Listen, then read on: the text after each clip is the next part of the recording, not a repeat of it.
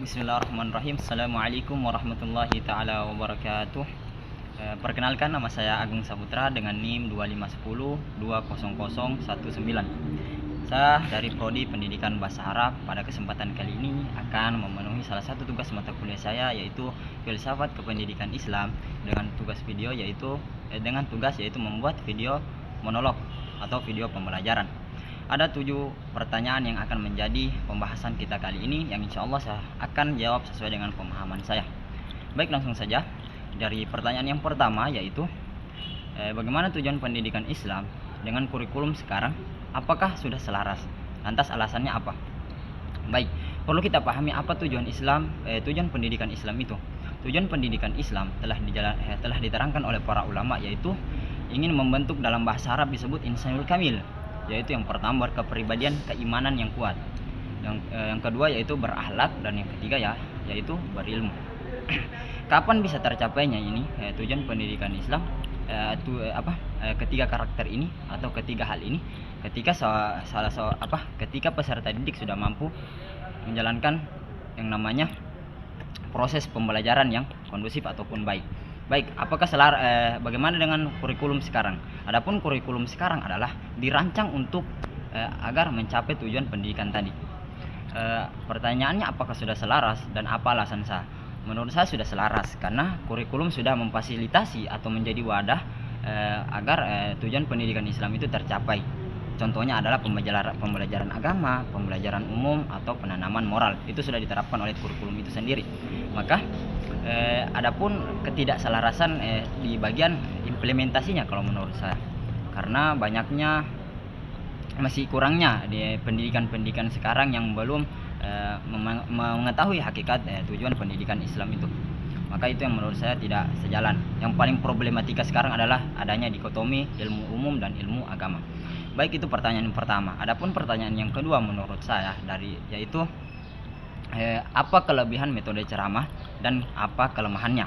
Perlu kita pahami, metode ceramah adalah metode klasik yang telah diterapkan oleh Rasulullah SAW untuk beliau mentransfer atau menginformasikan pengetahuan kepada para sahabat.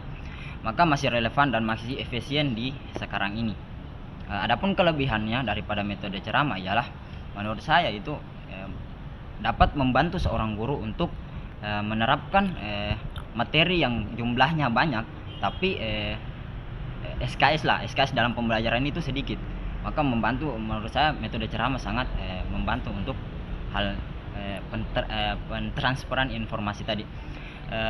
Kelebihan yang kedua menurut saya adalah membantu seorang guru untuk bercerita atau menyampaikan keilmuan tentang sejarah-sejarah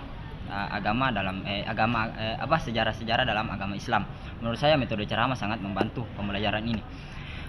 Berbicara tentang kelebihan, pasti ada kekurangannya. Dari pandangan saya, yaitu metode ceramah kelemahannya mungkin yaitu di bagian ketika guru hanya berfokus kepada satu metode saja. Menurut saya kontribusi seorang siswa itu dalam kelas itu kurang. Karena kalau kita pahami lah, pembelajaran itu kan terdiri dari peserta didik, mata pelajaran, dan pendidik itu sendiri. Tapi ketika hanya berfokus kepada metode ceramah, itu hanya fokus pembelajarannya hanya kepada guru. Guru hanya berfokus menerangkan materi-materi ini tanpa ada kontribusi daripada peserta didik. Itu yang kita khawatirkan perkembangannya. Baik, itu yang menurut saya kelebihannya yang paling utama. Langsung saja ke pertanyaan yang ketiga. Bagaimana tanggapan saya ketika sekolah hanya mengedepankan nilai akademis? Lantas evaluasi yang paling komprehensif lah.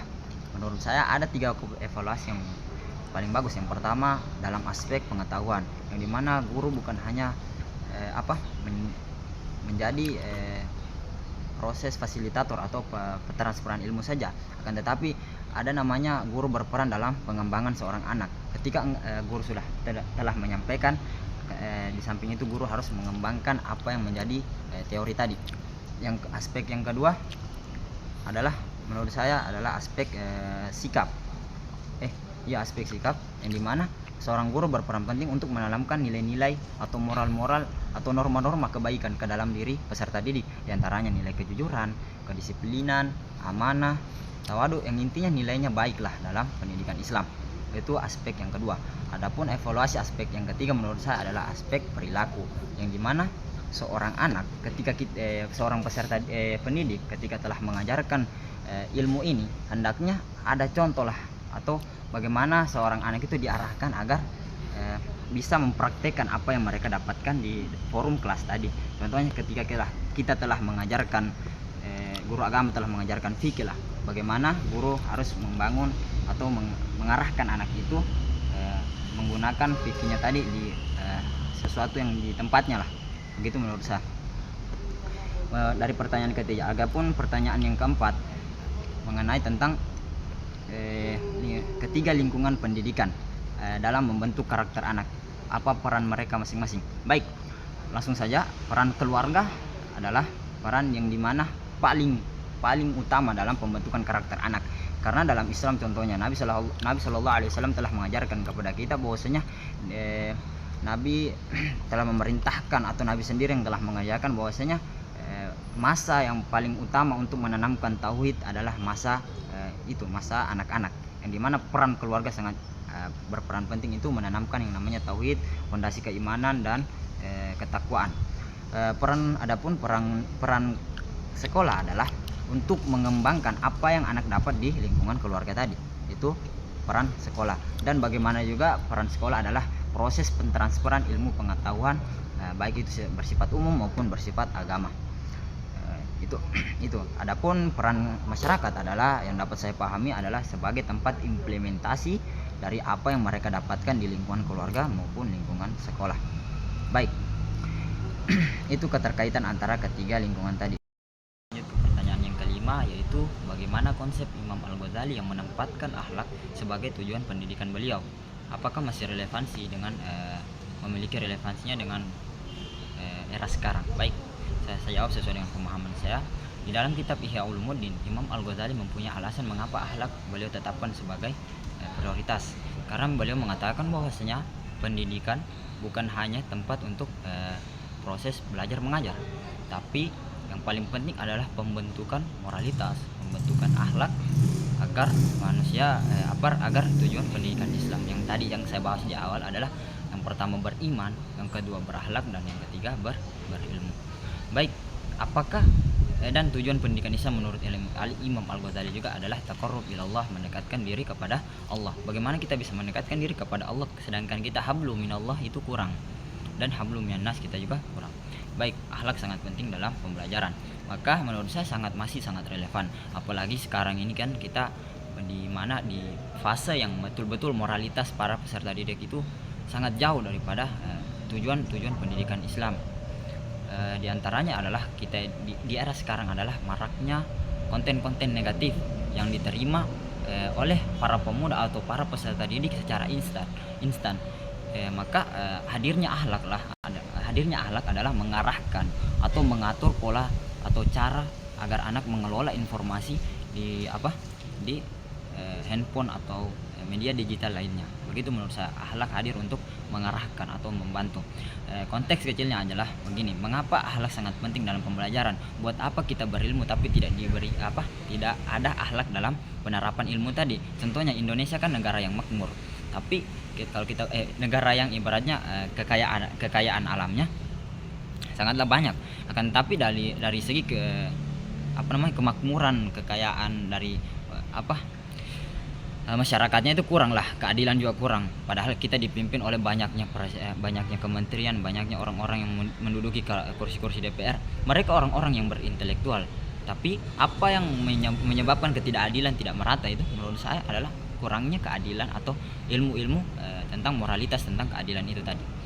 Baik, itu yang pertanyaan yang kelima. Menurut saya pentingnya akhlak dalam masih relevan di era sekarang. Baik, adapun yang pertanyaan yang keenam menurut pemahaman saya, yaitu tentang bagaimana pembelajaran bertahap yang diterapkan oleh Imam Ibnu Khaldun.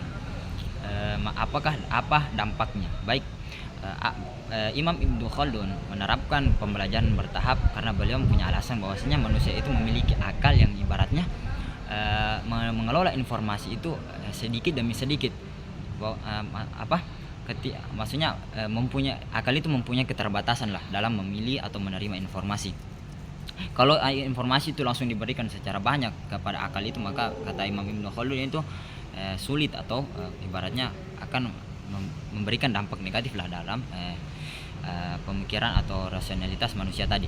Maka pembelajaran bertahap yang diterapkan oleh Imam Ibnu Khaldun sangat-sangat relevan. Apa dampaknya jikalau pembelajaran itu tidak bertahap? Dampak pertama bagi peserta didik lah, yang paling utama itu ketika peserta didik hanya langsung diberikan materi secara langsung banyak begitu, maka akan menimbulkan yaitu psikis anak itu ibaratnya rusak lah, ibaratnya begitu. Pemikiran kritisnya juga tidak berkembang karena akal itu dipaksa untuk menerima materi-materi yang begitu banyak. Di sisi lain, ketika dampak yang lain adalah ketika pembelajaran tanpa bertahap, menurut saya bagi peserta didik adalah anak-anak itu cenderung putus asa lah dalam pembelajaran, karena mereka merasa selalu gagal dalam proses pembelajarannya karena tidak akalnya tidak mampu mampu untuk mengelola informasi yang telah diberikan oleh gurunya. Itu yang menurut saya. Langsung saja ke pertanyaan yang terakhir, yaitu mengenai konsep yang telah konsep islamisasi Ismail Al-Faruqi dan konsep adab yang diterapkan oleh Sayyid Naqib Al-Athos. Apakah penerapan di sekolahnya? Bagaimana penerapan di sekolah yang paling baik? Baik, dari pemahaman saya saja, yaitu bagaimana Sayyid Naqib Muhammad Ismail Al-Faruqi ingin mengintegrasikan antara ilmu umum dan ilmu agama, karena beliau berpendapat bahwasanya seluruh atau segala sesuatu atau segala ilmu itu berasal dari Allah Subhanahu wa taala yang berlandaskan ilmu tauhid.